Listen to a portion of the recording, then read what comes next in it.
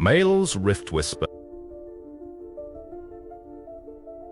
The world shook, not the gentle sway of the great leviathan that housed their city, but a violent, gut-deep convulsion. Maelis Riftwhisper steadied himself against the calcified wall of his dwelling, the warm glow of the bioluminescent fungi flickering erratically. Outside the thick membrane of the window, the perpetual twilight of the whale's belly churned with silt and debris. A low groan, a sound of profound agony, echoed through the cavernous streets. The phosphor lamps that lined the thoroughfares, fueled by the creature's own oils, sputtered and died one by one. The familiar hum of their submerged world was being replaced by a death rattle.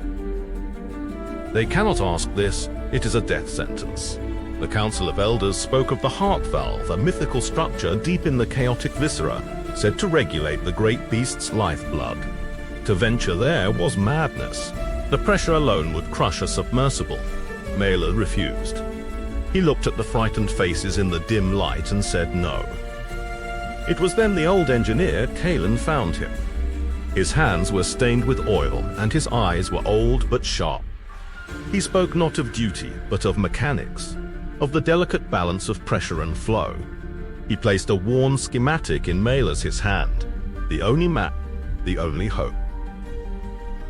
The hatch of the Nautilus sealed with a final hydraulic hiss. Maelis gripped the controls, Kale's schematic glowing on the console. Behind him, the dim lights of his city receded, a fading constellation against the dark, fleshy wall. Ahead lay the uncharted arteries, a labyrinth of pulsing tunnels and corrosive currents. He pushed the throttle forward. The craft slid from the quiet bay into the fierce, hot current of the main artery. The world outside the thick glass was no longer a home, but a raging biological wilderness. There was no turning back. The journey was a gauntlet. The Nautilus's was buffeted by rhythmic, crushing peristaltic waves that threatened to crack its hull. He navigated forests of sharp, bone-like structures and fields of acidic secretion that ate at the metal. In a stagnant pancreatic lake, he found another survivor, AIart, her own smaller craft damaged, her spirit unbroken. She was a scavenger, a pragmatist who knew the rhythms of the deep guts better than any. Together they navigated the hepatic maze, bypassing a school of razor-toothed parasites, their partnership forged in the claustrophobic dark. They found it. The heart valve was a colossal, fleshy aperture, clogged with a monstrous calcified growth, a great stone of illness that stifled the flow of life. The water was thick and sluggish. The whole chamber trembled with a weak, irregular beat. This was the enemy, not a creature, but a sickness. Using the Nautilus's drill, Maelis attacked the growth. A shard broke loose, slashing through a primary cable. Power failed. Lights died. As water began to seep into the cockpit, AIart, in own battered craft, used its last power to ram the shard, shattering it, sacrificing her vessel to clear the path.